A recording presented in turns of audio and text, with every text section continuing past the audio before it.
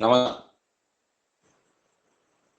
आज फिर से आप लोगों के सामने मैं कुछ बातों को लेकर स्थित हो रहा हूँ। ध्यान दीजिए।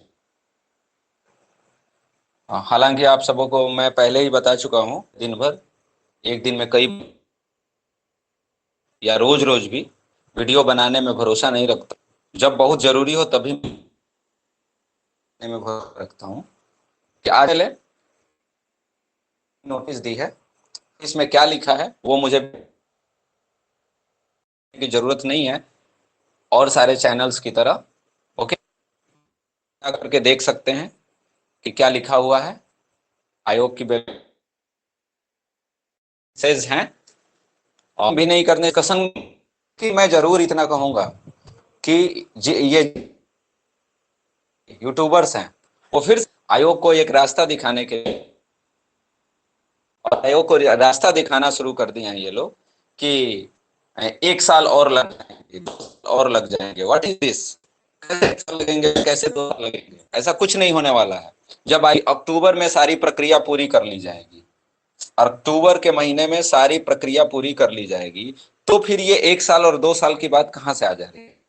यानी तो ये तय कर लिए हैं कि 1 साल और लगने वाला है, तो ये बातें रोको।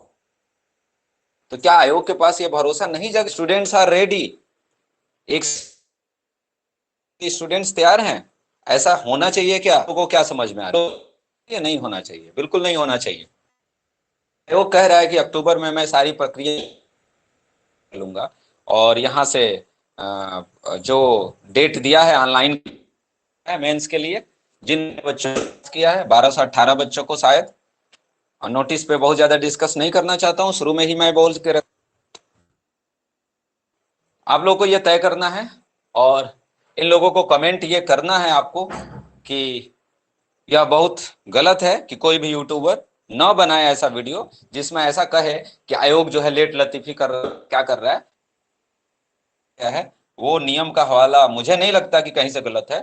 कि जो अभ्यर्थी कम पड़ गए हैं, एक तरफ जहां हम लोग डिमांड कर रहे हैं या सारे यूट्यूबर्स डिमांड कर रहे हैं कि पूरी सीटें भरी जाए किसी कीमत पर, तो पूरी सीटें कैसे भरेंगी जब रिजर्वेशन या फिर उम्र सीमा या फिर जो भी दायरा है उसके अंतर्गत बच्चे है ही नहीं। तो उस के कैंडिडेट को फिर से मौका मिल रहा है, इसमें कोई बुराई नहीं है, क्योंकि अगर वो सीटें खाली रहेंगी तो वो हम लोगों के द्वारा या दूसरे के द्वारा नहीं भरी जा सकती, क्योंकि उस बच्चे ही उसमें शामिल होंगे। इसलिए आप लोगों को यह कमेंट कर यूट्यूबर्स को कि आयोग अगर 1 महीना का दिया है लाइन अपना कि 1 महीने के अंदर हम सारी प्रक्रिया पूरा कर लेंगे, नवंबर के पहले सप्ताह में हम काउंसलिंग की प्रक्रिया भी जारी कर देंगे, तो इसमें बुराई क्या है? जब हम लोग आंदोलन करने को तैयार हैं कि सीटें भरी जाए, और सीटें भरने के लिए अगर ये स्टेप लेना पड़ रहा है तो हम लोग इससे घबराए नहीं और ना ही इस पर बिना मतलब का किसी प्रकार का बवाल मचाने की जरूरत है।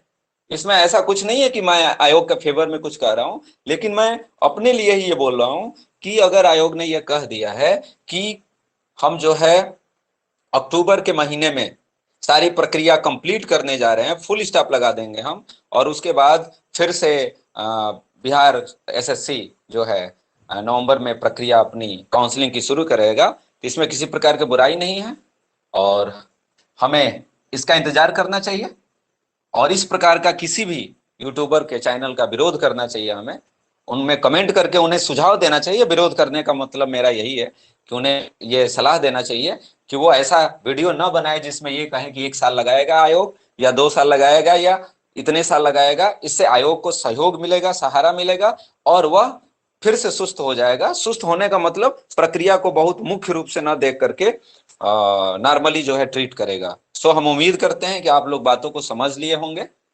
बाकी हमें आपसे ये नहीं कहना है कि आप लाइक कीजिए, ना ही हम कहना चाहते हैं कि आप सब्सक्राइब कीजिए और ना ही शेयर कीजिए, कोई दिक्कत नहीं है। अगर आपको मेरी बातों में थोड़ा भी समझ दिखाई देता है कि ऐसा कहना सही है, तो फिर आपको जो है खुद से ये सारी चीजें महसूस होंगी।